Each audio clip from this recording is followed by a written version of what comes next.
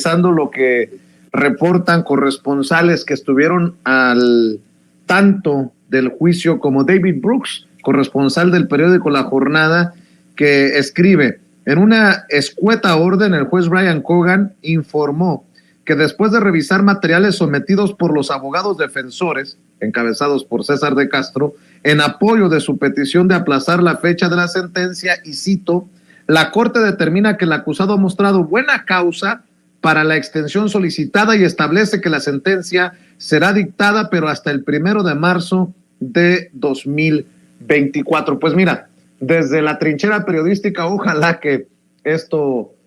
sea en torno a aquello que hemos mencionado, querida Nancy, y que tú y yo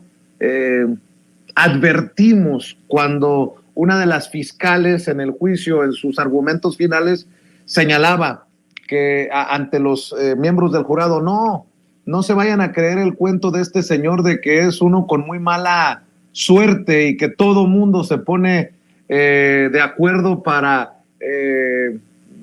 declararlo, señalarlo como corrupto. No, arriba de él y abajo de él hay personajes también que son culpables y que han formado parte de esta red de corrupción. Palabras más, palabras menos, seguramente tú recordarás, Nancy. Y bueno, una buena causa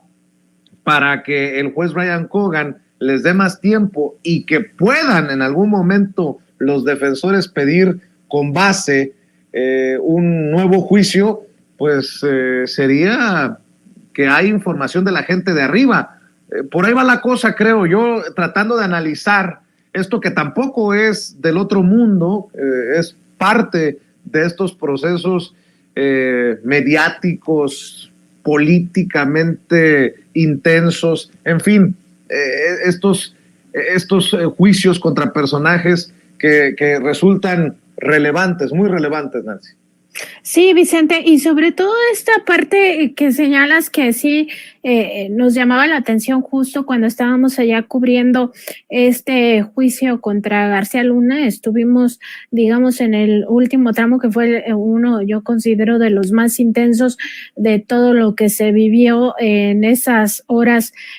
o en esos días más bien del juicio contra García Luna, donde se decía que ni modo que justo tuviera tan mala suerte que todo un gobierno, es decir, el gobierno de Estados Unidos, la fiscalía específicamente, estuviera conspirando contra García Luna, ¿no? Y también las agencias, porque no hay que olvidar que todo el juicio estuvieron presentes las agencias, estaba ahí presente la DEA, seguramente estaba la CIA, aunque pues a esos nunca los identificamos, pero había también personal de la ATF, porque era muy relevante para ellos pues esta circunstancia. Incluso no sé si recuerdas, Vicente, pero ya el día que el jurado tuvo su veredicto, minutos antes de que se diera este veredicto, pues empezó todo el fervor, o sí, digamos, como la efervescencia en el salón y afuera de donde estábamos, de este juzgado, de esta corte, porque estaban llegando muchos marshals y también otros funcionarios que no habían estado presentes a lo largo de los días, que no era común verlos, pero sí sabíamos que ahí estaba la de la DEA, estaba la de la ATF o el de la ATF, pero ni modo que todas estas instituciones, instancias, pues estuvieran conspirando contra García Luna. O sea, y esta otra parte que también mencionas y me parece muy relevante recordarla para la audiencia, pues tiene que ver con la estructura de Genaro García Luna. Primero, pues este señalamiento de la propia fiscalía que decía en esta estructura criminal o presuntamente criminal de García Luna, pues él, aunque aparezca la cabeza en los gráficos, no es la cabeza de esta organización, en una clara referencia hacia el expresidente Felipe Calderón o en su momento hacia el expresidente Vicente Fox, ambos del Partido Acción Nacional, y también recordar que muchos de los que están abajo, particularmente los casos de Ramón Pequeño y Luis Cárdenas Palomino, pues estos personajes están en la cárcel. O sea, ni modo que toda la estructura estuviera podrida y ahora resulta que el único inocente y que no sabía nada era García Luna, de cómo se tomaba por parte del crimen organizado el todo el tema del aeropuerto internacional de la Ciudad de México para que pudieran descargar los aviones, que la Policía Federal en aquellos años servía prácticamente de taxi para el cártel de Sinaloa, llevándole pues todos estos cargamentos de droga, etcétera. O sea, ni modo que todo eso se hubiera inventado, ¿no? Y ahora resulta que hasta Ramón Pequeño y quizá Luis Cárdenas Palomino y otros de sus colaboradores también son inocentes, porque en realidad nunca pasó lo de la sociedad con el cártel de Sinaloa, cuando todos los indicios apuntan y datos duros, pues, a que siempre se benefició a esta organización criminal encabezada por el Chapo Guzmán. No olvidar,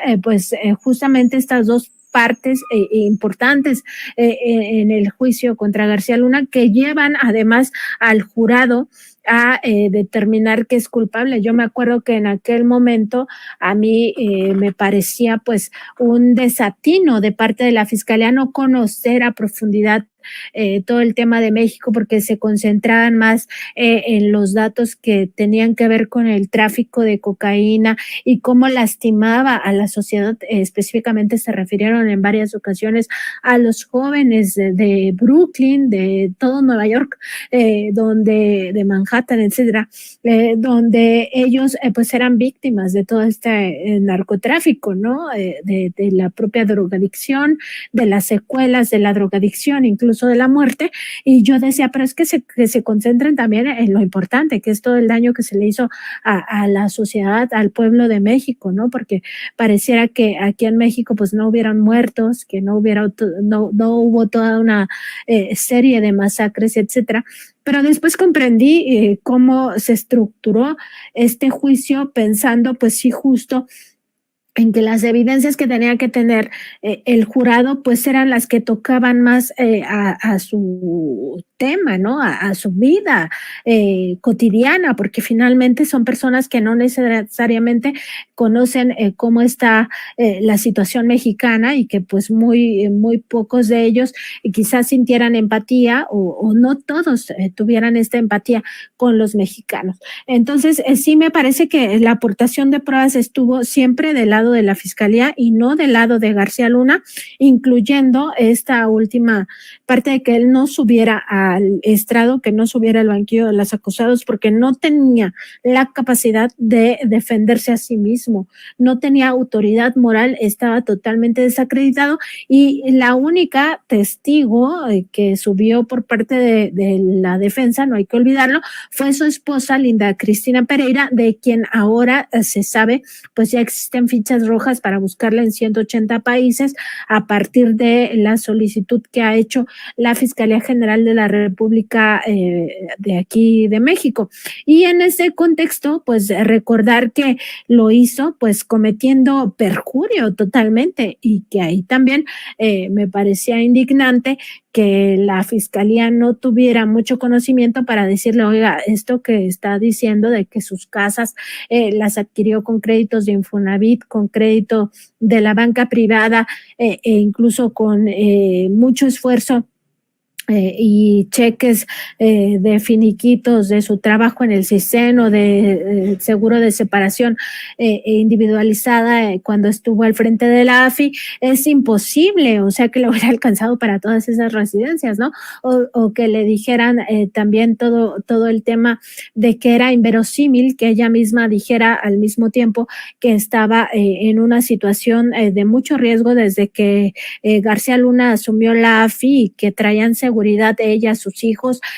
todo el tiempo, y que al mismo tiempo rentaba su patio de su residencia para hacer fiestas infantiles. O sea, ¿cómo? Es incongruente decir que tienes mucha seguridad, pero al mismo tiempo metes a extraños a tu casa para financiar tus negocios, o que a partir de una papelería, que no es exactamente las Gelatinus de Xochitl Gálvez, ellos hicieron su riqueza, ¿no? Pero me parece que todo tenía una secuencia en el contexto en el que estaban, que es el de Estados Unidos, y pues al final aportaron las suficientes evidencias para que el jurado fuera un veredicto unánime. Es que eso tampoco debemos olvidarlo, Vicente, que todas las personas que participaron se pusieron de acuerdo.